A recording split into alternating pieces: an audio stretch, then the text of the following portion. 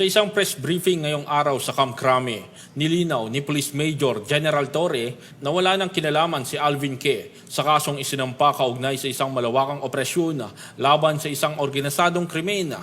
Ayon kay Police Major General Torre, ito ay matapos ang masusing investigasyon at pagsusuri sa mga ebidensyang nakuha ng PNP kabilang na ang forensic reports na lumabas nitong nakaraang linggo.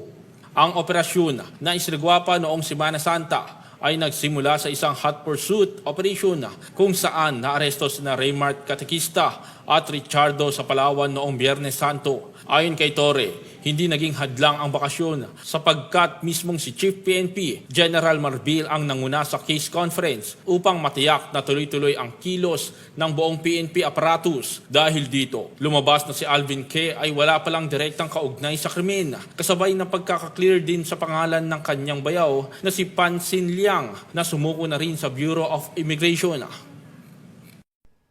Sa inquest proceedings, Article 125, the infamous Article 125. Alam niyo yun. So, dahil kailangan naming ihabol yun, at meron kaming dokumento ngayon na ito ay kasali si Alvin Ke, nakasama siya doon sa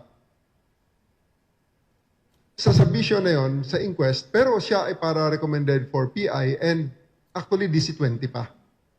Kaya because at that stage of the investigation, we have to understand na talagang kailangan lahat ng suspect, lahat ng persons of interest ay mailagay sa record. Hindi natin pwedeng absuelto na kaagad, especially so na nandun sa isa sa statement ng isa sa mga sa mga i-inquest natin ay prominenteng lumalabas ang pangalan niya. So, hindi ibig sabihin nun na guilty siya. So, ngayon, minadali rin namin, dahil part ng pamilya ito makakasira tayo ng pamilya pag hindi natin nilinis ng maayos to. So, work overtime. Si Chief PNP mismo ang nagli-lead sa amin sa case conference